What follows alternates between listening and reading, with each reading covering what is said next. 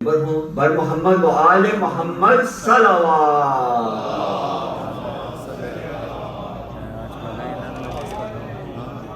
بار دیگر نعرے صلوات.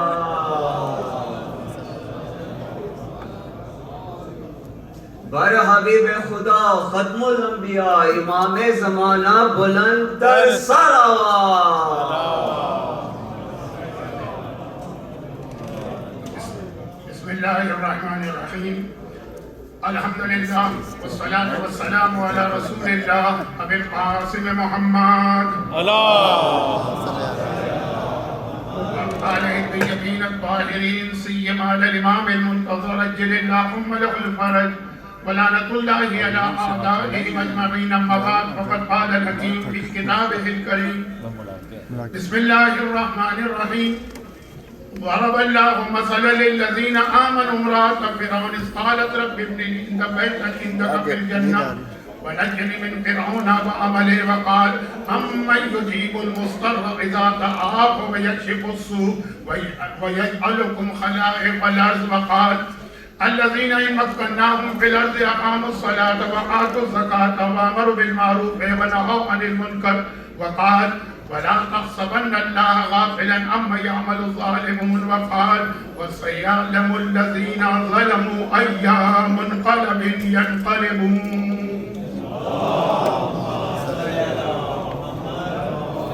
1448 ہجرہ کے ایام ازا اختتام کو پہنچے اور آج کی رات یہ عید الضحیٰ ہے. مومنین جس انداز کی تقریر آج کی رات توقع کرتے ہیں اب اس کا وقت تو میرے پاس نہیں ہے، اور آپ نے ماشاءاللہ قصیدے منقبت سلام سن لیے تو وہ والا حصہ تو سمجھئے کور ہو گیا. اب اس کے بعد کچھ مختصر سے گزارشات کرنا ہے. کل رات کی مجلس ویسے ہی بہت لمبی ہو گئی تھی. مسجد علی کی انتظامیہ کا شکر گزار تو ہوں کہ انہوں نے ان آخری 3 تقاریر کے لیے مجھے بلایا، مگر یہ جو آخری 3 تقاریر ہے یہ میرے لیے بہت مشکل ہوتی ہے. وجہ یہ ہے کہ عید الضحیٰ خود اتنا بڑا ایک موضوع کہ کم سے کم 2 یا 3 تقاریر میں اس کا حق ادا ہوتا ہے. اس سے پہلے 11ویں امام کی شہادت تو 11ویں امام کی امامت وہ خود اتنی تفصیلی گفتگو چاہتا ہے کہ ایک آدھ مجلس میں تو حق ہی ادا نہیں ہو سکتا. تو میں عام طور پہ یہ آخری تاریخیں وہی پڑھتا ہوں جہاں مجھے 5 دن 6 دن کا موقع ملے. لیکن بہرحال میں نے آپ حضرات کا کل کی رات کی مجلس میں بہت وقت لے لیا. آج اگر یہ سیٹرڈے ہے لیکن میں بھی سنتے سنتے تھک گیا، آپ حضرات بھی تھک گئے ہوں گے، اس لیے بہت مختصر سے گزارش. صرف ایک بات یہ کروں کہ مولا کی ایک حدیث ہے نہج البلاغہ کے آخر میں کہ بعض لوگوں کی مجبوری ان کو معصوم بنا دیتی، بعض لوگوں کی مجبوری ان کو متقی بنا دیتی، بعض لوگوں کی مجبوری ان کو باعمل بنا دیتی. مجبوری نہ ان کو تقویٰ چاہیے نہ ان کو عمل چاہیے. مجبوری اندھے کی مجبوری ہے، اس لیے وہ کہتا ہے دیکھیے میں نے زندگی میں کبھی نامحرم کو دیکھا ہی نہیں. بہرے کی مجبوری ہے، وہ کہتا ہے میں نے زندگی میں کبھی گانا سنا ہی نہیں. گونگے کی مجبوری ہے، وہ کہتا ہے میں نے زندگی میں کبھی جھوٹ بولا ہی نہیں. تو اب یہ جو مجبوریاں اس کو متقی بنا رہی ہیں کہ اس نے نامحرم کو نہیں دیکھا، اس نے گانا نہیں سنا، اس نے غیبت نہیں کی، اس لیے کہ مجبور. میری بھی ایک مجبوری ہے، اس کی میں معذرت کر رہا ہوں کیونکہ ہو سکتا ہے کہ کچھ لوگ اس کو آن لائن بھی دیکھ رہے ہوں یا بعد میں دیکھیں. بہت لمبا سفر ہوتا ہے، بڑھاپا بھی ہے، بیماریاں بھی ہیں، سامان زیادہ لے جانا مشکل ہوتا ہے. تو میں اس وقت کالی شیروانی کسی کے سوگ میں پہن کے نہیں بیٹھا ہوں، مجبوری میں بیٹھا ہوں. میرا اپنا وطن ہوتا ہے تو کوئی اور بات ہے، لیکن اب تو مجبوری ہے، اس لیے میں یہ عرض کر رہا ہوں کہ آپ سب حضرات کے لباس میں دیکھ رہا ہوں، اس میں ذرا سے میں مختلف لگ رہا ہوں. یقیناً ہم اپنے نانا کا تذکرہ تو کر رہے ہیں لیکن کوئی سوگ کے حوالے سے نہیں کر رہے ہیں. اور خواتین تو آج بہت ہی زیادہ تیار ہو کے آئی ہوں اور حق ہے اس تیاری کا، کیونکہ آج کا جو عید الضحیٰ کا جشن ہے اس کے کئی نام. اسے عید الضحیٰ بھی کہتے ہیں، اسے عید فرحت زہرا بھی کہتے ہیں، اسے عید غدیر ثانی بھی کہتے ہیں، اسے عید اللہ اکبر بھی کہتے ہیں کہ اللہ کی طرف سے سب سے بڑی عید. اسے عید غدیر کو عید ولایت اور اسے عید برات بھی کہا جاتا. اور عرب دنیا میں اس کا نام عید نزع الاسود ہے. وہ دن جب کالے کپڑے اتارے. تو اس اعتبار سے آج آپ حضرات کے لباس بھی، آپ کے خواتین کے لباس بھی یہی حق ہے، یہی ہونا چاہیے. لیکن اس سے پہلے کہ میں اس آخری جملے پر جاؤں کہ سیاہ لباس اتروائے گئے، اس سے پہلے یہ خیال کرتے ہوئے کہ آج کی رات ایک نہیں دو خوشیاں. تو پہلی خوشی تو زمانے کے امام کے حوالے سے ہے کہ ان کی امامت کا پہلا دن. کل میں نے عرض کیا تھا کہ 11ویں امام کی شہادت کو فجر کی نماز کے فوراً بعد ہوئی اور پورا دن پھر اس حالت میں گزرا ہے کہ امام کا جنازہ اٹھا اور پورا شام سامانہ شہر آیا. بیٹا اپنے باپ کے جنازے میں شریک نہ ہو سکا غیبت کی وجہ سے، اور پھر یہ رات آ گئی. تو عقیدے کے اعتبار سے امام زمانہ کی امامت تو فجر کے فوراً بعد شروع ہو گئی، لیکن دنیاوی اعتبار سے جو کہا جائے گا کہ آج پہلا دن ہے. اور اس حوالے سے میں نے قرآن کریم کی 3 آیتوں کی تلاوت کی. بہت مجھے کہنا تھا، بہت ساری باتیں. امام زمانہ کا ذکر تو میرا پسندیدہ ذکر ہے، زندگی پر بات کی بہت ساری باتیں تھی اور اہم ہے. لیکن اب آپ مجبوری دیکھ رہے ہیں کہ وقت بہت گزر گیا. قرآن کریم کی اس آیت کی میں نے تلاوت کی ہے جس کی تلاوت ہمارے یہاں مسجد و امام باڑوں میں بہت ہوتی ہے. امن یجیب المضطر اذا دعا. وہ کون ہے؟ وہ مضطر پریشان حال کہ جب وہ دعا کرتا ہے اللہ سے تو اللہ اس کی آواز پہ جواب دیتا ہے. جواب دیتا ہے، وہ یکشف السوء پریشانی دور کر دیتا ہے. خاص یہ آیت تو امام زمانہ کے لیے، کیونکہ مسجد علی میں پچھلے سال جب میں آیا تھا تو اس آیت کی تلاوت وہ یکشف السوء پہ ختم نہیں ہوتی تھی. وہ جو اعلانات ہوتے تھے ناظم صاحب، اس کے بعد کا ٹکڑا بھی وَيَجْعَلُكُمْ خَلَائِفَ الْأَرْضِ، یہ ٹکڑا اَمَّن يُجِيبُ الْمُضْطَرَّ إِذَا دَعَاهُ وَيَكْشِفُ السُّوءَ وَيَجْعَلُكُمْ خَلَائِفَ الْأَرْضِ. یہ ٹکڑا ہی بتا رہا ہے کہ یہ آیت امام زمانہ کے لیے ہے. پریشان حال پکارتا ہے، اللہ اس کو جواب دیتا ہے، اس کی پریشانی دور کرتا ہے اور اسے زمین پہ اپنا نائب اور خلیفہ بناتا ہے. اب یہ مضطر کا لفظ جو آیا ہے، اگر آپ کو یاد ہو تو دعائے ندبہ میں بھی امام کا یہی لقب آیا ہے، این المضطر این المضطر. تو یہ خاص آیت زمانے کے امام کے لیے. اچھا سوال یہ پیدا ہوتا ہے کہ زمانے کے امام کو مضطر کیوں کہا گیا اور یہ لفظ کیوں آیا ہے کہ اللہ ان کو جواب دے کے پریشانی دور کرے. امام کس چیز کے لیے دعا کرنا؟ امام کی پریشانی کیا؟ اس کا تعلق عید الزہرا کی دوسری مناسبت سے. امام جلد از جلد ظاہر ہونا چاہتے ہیں. امام اپنی غیبت کو لمبا نہیں کرنا چاہتے. امام کو فوراً ظہور کرنا، کیونکہ امام کے 2 مشن ہیں. غدیر میں اعلان ولایت ہوا، امام زمانہ اس ولایت کو ساری دنیا میں نافذ کرنے آئے.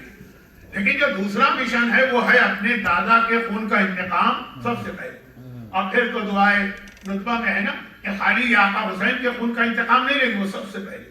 اس کے بعد تمام انبیاء اور ائمہ کے خون ناب کا انتقام لیں گے. اینا وہ جو تکرار ہوتی ہے، ٹائم نہیں ہے میرے پاس کہ میں خالی وہ الفاظ پڑھ کے ترجمہ کروں، اس لیے ترجمہ کہ اینا کہاں ہے وہ جو انبیاء کے خون کا انتقام بھی لے گا، اولاد انبیاء کے خون کا انتقام بھی لے گا. یہ امام کا سب سے بڑا مشن. آخری مرتبہ امام کو جو دیکھا گیا علماء کے واقعات ملاقات کے وہ نہیں کہہ رہا ہوں. جو امام کی غیبت کا پہلا فیز ہے غیبت صغرا. امام کے دوسرے نائب نے ان کو دیکھا. پہلے نائب تو وہ تھے جن کی بغداد میں تیل کی اور گھی کی دکان تھی، پھر وہ مرے تو ان کا بیٹا محمد ابن عثمان ابن سعید نائب تھا. ان سے پوچھا گیا کہ آپ امام کے نائب خاص ہیں جن سے امام ملتے ہیں. آخری ملاقات کہاں ہوئی؟ کہا مکے میں ہوئی. کس حالت میں ہوئی؟ کہا امام کعبے کا پردہ پکڑ کے دعا کر رہے تھے کہ اے خدا مجھے جلد ظاہر کر دے تاکہ میرے ذریعے سے تیرا وعدہ پورا ہو اور خون حسین کا انتقام لیا جائے. تو تڑپ رہا امام، ظاہر ہونا چاہتے. اما یجیب المضطر، امام جو پریشان ہے اس لیے کہ جلدی ظاہر ہو تاکہ ظالموں سے انتقام لیا جائے. اور کون ظالم میں کھل کے نہیں کہنا چاہتا ہوں کیونکہ میرا یہ اسٹائل نہیں، لیکن پھر بھی بتا کہ مختار نے جو کربلا کے قاتلوں کو واصل جہنم کیا وہ تو ظاہری طور پہ میدان میں آ گئے. زیارتوں میں جملہ ہے، زیارت عاشورہ میں بھی جملہ المماہدین لکم اصل تو وہ ہیں جنہوں نے اس یزید کو اتنا طاقتور بنایا کہ اسے حکومت ملی. اس پردے کے پیچھے کچھ اور لوگ ہیں. اصل تو وہ لوگ، ان سے انتقام لینا ابھی باقی. تو یہ زمانے کے امام کا سب سے بڑا مشن ہے، اس پہ ظاہر ہونا چاہتے. دعا کر اللہ امام کی دعا پوری نہیں کر رہا، جبکہ وعدہ بھی کر رہا ہے یجیب، میں تمہاری آواز پہ جواب دوں گا، وہ یکشف، اور تمہاری دعا قبول کر لوں. کیوں؟ ذرا سا عید الزہرا کے لیے میرا یہ جملہ، میرا یہ تھوڑا سا تقریر کا ٹکڑا سخت ہو جائے، لیکن بیان کرنا ضروری. امام پہلے دعا کرتے ہیں جو قرآن کہہ رہا ہے، پھر اپنی دعا واپس لیتے ہیں. کیوں؟ جب اپنے ماننے والوں کی حالت دیکھتے ہیں کہ ابھی یہ اتنا میرے لیے تیار نہیں ہوئے کہ میں ان کے درمیان جاؤں، ابھی میں جب ان کے درمیان جاؤں گا تو بجائے اس کے کہ میرا ساتھ دے، میری مخالفت کریں گے. تو حدیث میں بھی کہ امام زمانہ کی پہلی فوج 313 کی بات نہیں کر رہا، 10,000 کی بات کر رہا ہوں. ہمارے یہاں صرف 313 ہی میں ہم لوگ محدود ہو کے رہ گئے، 313 نہیں. پہلی فوج امام کی 10,000 ہو.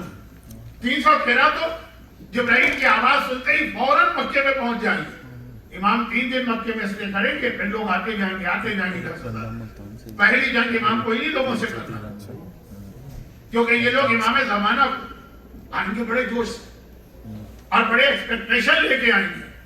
لیکن جب امام کا سسٹم دیکھیں گے نا تو کہیں گے اچھا اس کے لیے تو ہم نے امام کو نہیں بلایا.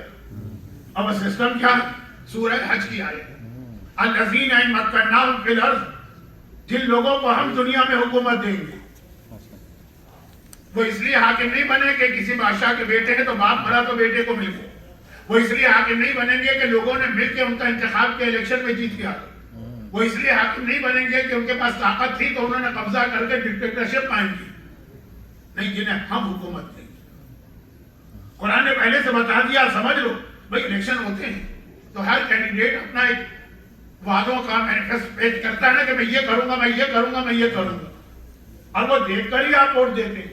دنیا بھر کا طریقہ. تو امام زمانہ کیا کریں گے؟ قرآن نے پہلے بتا دیا تاکہ دعا مانگو تو سوچ سمجھ کے مانگو. الذین ان مکناہم فی الارض، جن کو ہم حکومت دیں گے، اقاموا الصلاۃ، وہ نمازیں قائم کریں گے، ایتاء الزکوٰۃ، لوگوں کے مال سے زکوٰۃ لیں گے، وامروا بالمعروف، اور پورے معاشرے میں نیکی کا حکم پھیلائیں گے، ونہوا عن المنکر، پورے معاشرے سے گناہ روکیں گے. اب بے حجاب عورت کیا امام زمانہ کی اس حکومت کو قبول کرے گی؟ ابھی بھی ہمارے لوگ گھر پہ جاتے ہیں کہ فلاں ملک میں حجاب میں بڑی سختی، وہ سختی ہے. یہاں پہ ہمیں تکلیف ہو رہی ہوتی ہے کہ کیا ہو رہا. ہر وقت گانا سننے کا عادی نوجوان کیا نہو عن المنکر، امام روک رہے ہیں گناہ سے، کیا روکے گا؟ کہتا اس کے لیے تو مولا آپ کو نہیں بلایا تھا، ہم نے تو اس لیے بلایا تھا کہ آپ کے آنے کے بعد زمین اپنے خزانے اگلے گی، آسمان سے برکتیں نازل ہوگی، ساری دنیا میں ہماری حکومت ہوگی، ہم ہی چوڑے چوڑے گھومتے نظر آئیں گے. یہاں تو مسئلہ کچھ اور ہوگا. آج آپ صبح کے وقت سو سکتے ہیں، امام آ جائیں گے، نہیں سو سکتے فجر پڑھنا. آج اپنے مال سے خمس و زکوٰۃ روک سکتے ہیں، امام آ جائیں گے زبردستی لے کے جائیں گے. اور یہ میں کوئی ایسی صحیح حدیث نہیں پڑھ رہا، یہ قرآن کی آیت ہے. سورہ حج میں جا کے دیکھ لیجیے. بہت جلدی بات کر رہا ہوں کیونکہ وقت بہت کم رہ گیا ہے میرے پاس، باتیں بہت. خلاصہ یہ ہے کہ امام کو اگر بلا رہے ہیں تو سوچ سمجھ کے بلائیں. اسلام آپ کی مجبوری سے یا لاعلمی سے لیک آف نالج سے فائدہ نہیں اٹھانا چاہتا. کہہ رہے دیکھو یہ ہوگا الذین ان مکناہم فی الارض، جن کو ہم زمین پہ حکومت دیں گے، نمازیں قائم کریں گے، تم ہو نماز. ایتاء الزکوٰۃ، زکاتیں لیں گے، تم دے رہے ہو کیا اپنے واجبات، مالی واجبات. وامروا بالمعروف، نیکیوں کا حکم دیں گے، آرڈر کر رہے ہو نیکی. ونہوا عن المنکر، گناہوں سے بائی فورس روکیں گے. یہ ہے امام کی حکومت. تو اب جب زمانے کا امام دیکھتا ہے کہ ابھی اس کے لیے ہمارے چاہنے والے تیار نہیں ہیں، خود ہی کہتے ہیں پروردگار میں تو ان کی مدد کے لیے آ رہا ہوں، ان کو قتل کرنے کو تھوڑی آ رہا ہوں، ابھی میرے ظہور میں ڈیلے کر دیں. شاید یہ سمجھ جائیں، شاید یہ چینج ہو جائیں، شاید یہ ویسے بن جائیں. اور اس کے بعد پھر ایک تیسری آیت میں نے تلاوت کی ہے کیونکہ ذرا سی باتیں یہ، اور تیسری بات ذرا بے ترتیب ہو رہی ہے لیکن وقت نہیں ہے، ترتیب بعد میں دے دیجیے گا، میں زیادہ وقت آج آپ کا نہیں لوں. تیسری آیت وہ ہم کو بتا رہی ہے کہ آج کے دن پر، یہ تو ہوا امام زمانہ کا ذکر. اب اس میں ایک بات رہ گئی ہے، میں اس میں آتا ہوں. اس کے بعد آج کی دوسری مناسبت یہ ہے کہ آج دشمنان اہل بیت سے مختار نے انتقام لیا. وہ واقعہ میں ہمیشہ پڑھتا ہوں. اگر آپ نے میری آن لائن تقریریں سنی ہوگی تو 50 سال سے اگر میں عید الضحیٰ پڑھ رہا ہوں تو 50 سال سنا ہوگا, 50 منٹ. لیکن وہ انتقام کی وجہ سے اس کا نام ہے عید برات. غدیر ہے عید ولایت, علی کی ولایت تولا, اور یہ ہے عید برات دشمنان اہل بیت سے بیزاری, دوری اور ان پر لعنت. اس لیے یہ عید برات کہلاتی ہے, جسے اردو میں تبرہ کہہ سکتے ہیں. مگر قرآن کریم نے یہ بتایا کہ اصلی تبرہ ہے کیا. سورہ تحریم کی سیکنڈ لاسٹ آئی, سورہ تحریم بہت اہم سورہ. اچھا, قرآن کا ہر سورہ اہم ہے, لیکن ایک خاص کانٹیکسٹ. کہا جاتا ہے جی پیغمبروں کی بیویاں بڑی قابل احترام ہوتی ہیں, ہم بھی مانتے ہیں. مائیں ہوتی ہیں, لیکن ان معنوں میں ماں نہیں ہے جیسا لوگ سمجھ رہے ہیں. اگر وہ غلط نہیں کرے تو چپ رہے گا. سورہ تحریم اس کا جواب. لاسٹ 4 آیتیں پڑھی, 3. ضرب اللہ مثلا للذین کفروا امرأۃ نوح ولوط. ہم کافروں کے لیے 2 عورتوں کی مثال پیش کر رہے ہیں, نوح کی بیوی, ایک لوط. نوح بھی نبی تھے, لوط بھی نبی تھے, ان کی بیویاں بھی امت کی مائیں تھیں. لیکن قرآن نے کنڈیم کیا اور بتا دیا کہ صحیح اور غلط, حق اور باطل میں پھر رشتہ داری نہیں جھوٹے. اور پھر قرآن نے ہمارے سامنے ایک مثال دی. ضرب اللہ, ضرب کسے کہتے ہیں؟ ضرب رول ماڈل. ضرب اللہ مثلا للذین آمنوا, مومنوں کے لیے رول ماڈل سنو, خاص ہماری خواتین. اور لیکن مرد, ضرب اللہ مثلا للذین آمنوا, مومنوں کے لیے رول ماڈل امرأۃ فرعون, فرعون کی بیوی آسیہ. اس قالت رب ابن لی بیتا عندک فی الجنہ, خداوندہ مجھے جنت میں گھر دے. بہت سی چیزیں ہم ٹیکن فار گرانٹڈ لے لیتے ہیں. ہر مومن کو جنت میں جانا, مگر اس طرح نہیں جانا جس طرح لوگ کہہ دیتے ہیں کہ برزخ کی کیا حیثیت ہے, محشر کی کیا حیثیت ہے, پولیس رات کی کیا حیثیت. یہاں پر 10 بھر کی زبان چلانا آسان ہے, لیکن جب ملک الموت آ جائے, منہ پہ لگام پڑ جائے, سورہ یاسین میں بھی. لیکن میں اس کی طرف جان نہیں رہا ہوں, وقت نہیں ہے میرے پاس. تو اب قرآن کہہ رہا ہے کہ وہ اتنا مظالم برداشت کر رہی ہے, ٹارچر کتنا ہوا جناب آسیہ. لیکن اس وقت میں ان کو یہی فکر ہے کہ اللہ مجھ سے راضی ہے کہ راضی نہیں. ٹیکن فار گرانٹڈ نہیں لے لیا کہ زبان سے میں کہہ رہی ہوں تو اللہ راضی ہوگا. کہا قالت رب ابن لی بیتا عندک ونجنی من فرعون, مجھے فرعون سے نجات دے. ٹھیک, وہ عمل ہی, خالی فرعون سے نجات نہیں چاہیے, فرعون کے اعمال سے بھی نجات چاہیے. یہ نہ ہو کہ اس کے اوپر ہم لعنت کر رہے ہیں اور وہی باتیں چھوٹے پیمانے پر ہم میں سے کسی میں پائی جاتی ہے. تو دیکھیں جو اصلی لعنت اسلام نے بتائی ہے تورا وہ یہ کہ شخصیت سے بھی نفرت کرو اور اس کے کرتوتوں سے بھی نفرت کرو. یہ نہیں چلے گا کہ شخصیت سے نفرت کرو, طریقہ اس کا اختیار ہے.